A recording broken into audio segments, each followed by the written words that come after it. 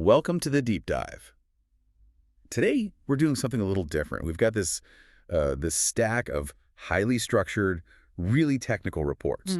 Time motion analysis. Exactly. They cover 56 specific events, but they're synthesized across, 75 occurrences, all from December of 2025. And we're going to use them to try and predict the future. And this material is just fascinating. At first glance, it looks like just a bunch of raw security logs. Right. But it's actually this meticulous breakdown of operational rhythms, of structured human activity. There's complex correlation analysis in here that goes way beyond simple tracking.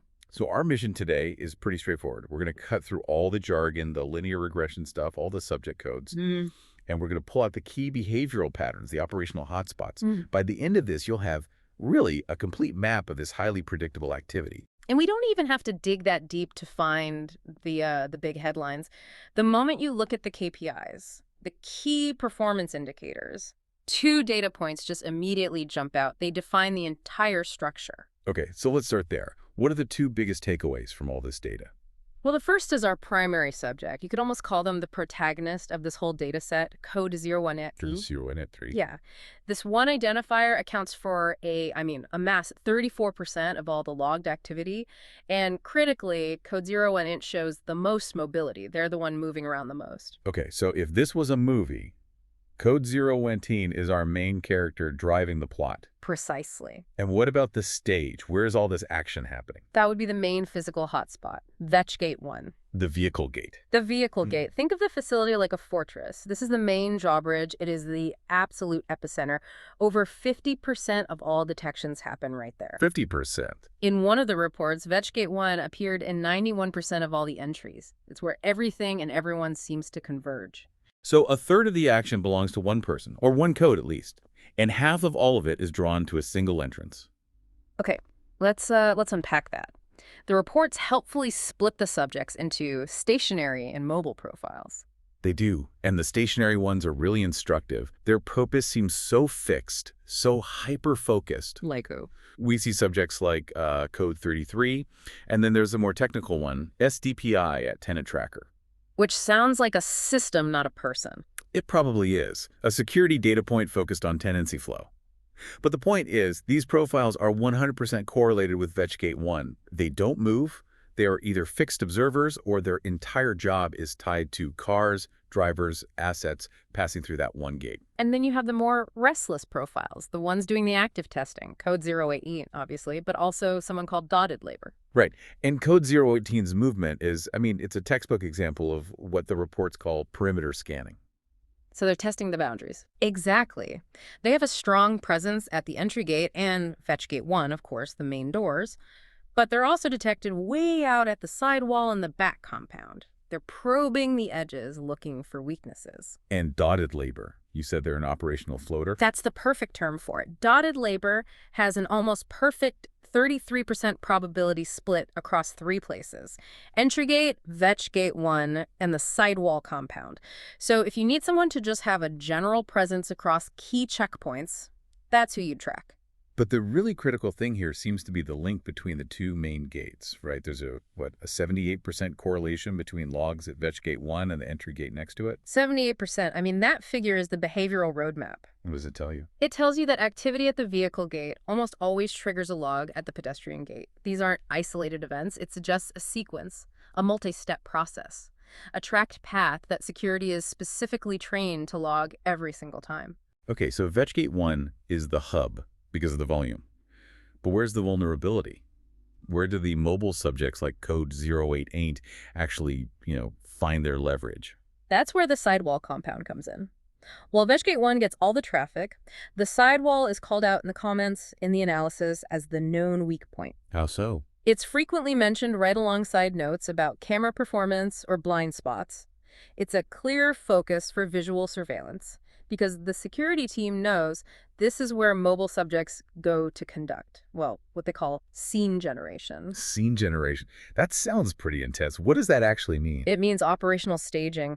The subject isn't just watching anymore, they are actively setting up a situation. Like a test run. Exactly. Testing reaction times, visibility, practicing a specific task in a controlled environment. It's active recon, and they use the quiet, less traffic sidewall to do it. Fascinating. So we know the who and the where, but this is where it gets really strategic, right? The timing. The activity isn't random.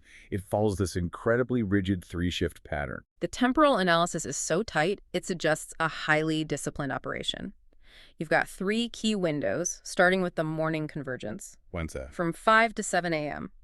The data calls this the most consistent activity window, the highest probability convergence point of the entire day. 5 to 7 in the morning, so before the regular workday even starts. What's happening then? It's all about logistics, dominated by Code 30 and the exhibition trackers. You see notes like tracker key installation happening then. So setting up gear for the day. It seems like it. Setting up small surveillance tools, making sure access devices are active. And the timing is so reliable that Code 018 is statistically forecasted to show up at the entry gate at almost exactly 6:00 a.m. That's based on 19 separate occurrences in that 1-hour window. That's not a habit. That's a schedule. It's written into the plan. Okay, so when do things quiet down? Is there a lunch break? There is, sort of. Statistically, yeah. There's a 0.85 probability that activity will significantly drop off between 11:00 a.m. and 3:00 p.m. That's the midday lull. But our main character, Code 018, they don't just disappear, do they? No. But their role changes completely. They're still present during this period, but their activity is logged as midday monitoring, and it's often tied to that operation type scene we talked about. So no more perimeter scanning. Right. The movement stops. They're likely doing low visibility static observation, maybe managing the scene they set up earlier, just waiting for a specific event or person to show up. The focus continues, just not the motion. And then everything picks up again for the evening surge. I'm guessing this is the busiest time. It's the highest volume period, for sure, between 4 and 6 p.m. The reports highlight that the peak density of all recorded logs happens right at 5:00 p.m., 1700 hours. The end of the workday rush. It's the operational curtain call. You see a Code 33 and Code 018 all over the logs, right alongside spikes in tenant and real estate monitoring as people leave. Security has this really narrow 60-minute window to intercept them before they disperse. What about after hours? Anything happening at night? The logs are definitive on this. Night activity, which they define as 9 p.m. to 5 a.m., is described as extremely rare. Which is a huge advantage for security. A massive advantage. It means any ping, any detection during that 8-hour window is immediately flagged as a high variance event, an anomaly that needs immediate attention.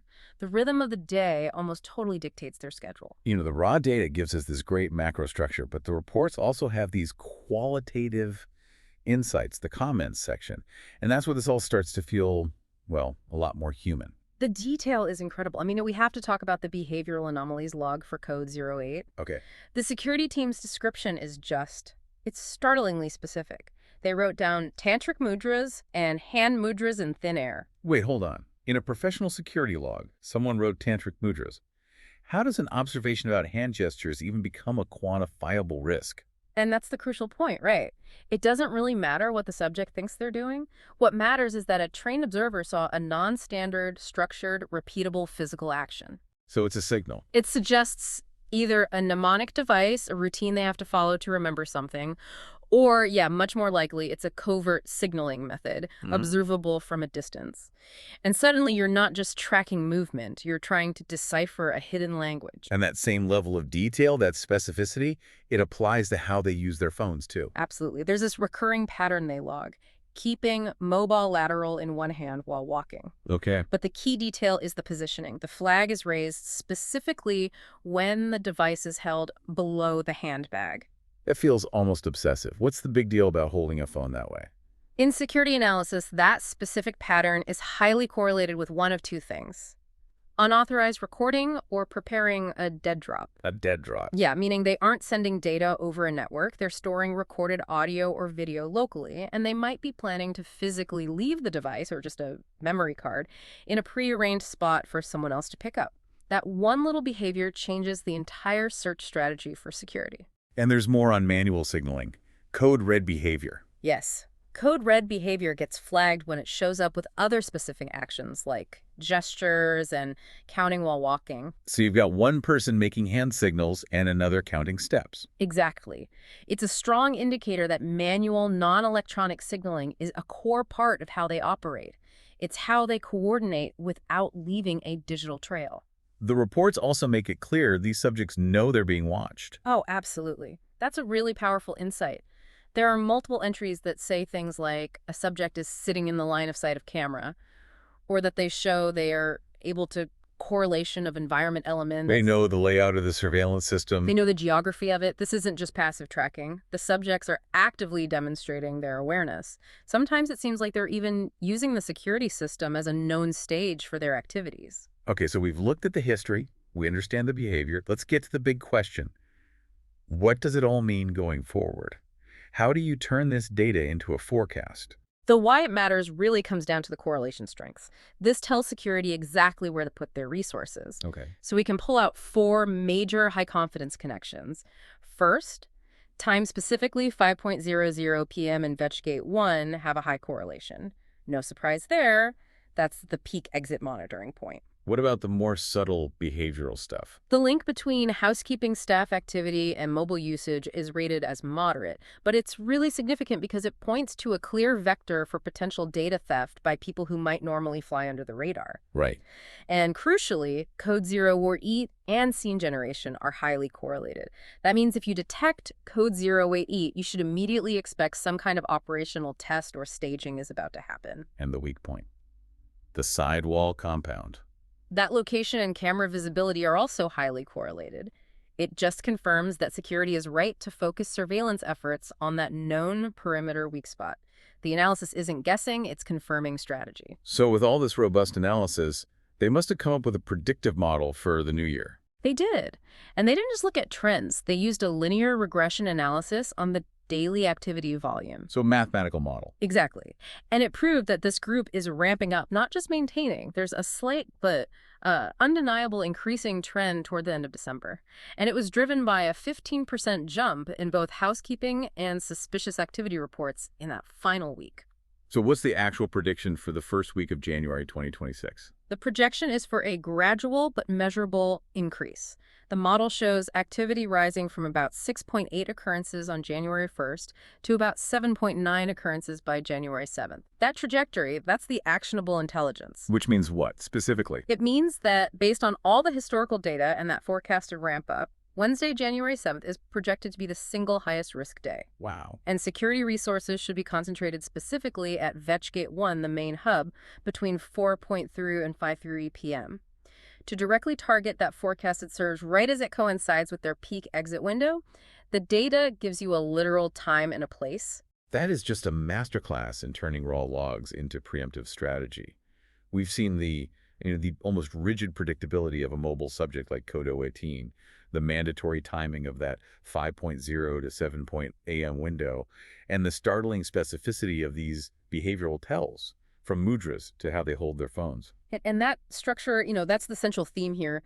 The data shows that even sophisticated, highly mobile subjects follow these incredibly tight patterns. But their specific behaviors, the scene generation, the code red stuff, it suggests the predictability isn't a mistake. It's a necessary, structured part of a much larger process. So if human operational behavior can be distilled down to high confidence probabilities, specific hand gestures, and mandated time slots, how much of unpredictable daily life is actually just waiting for the next scheduled occurrence?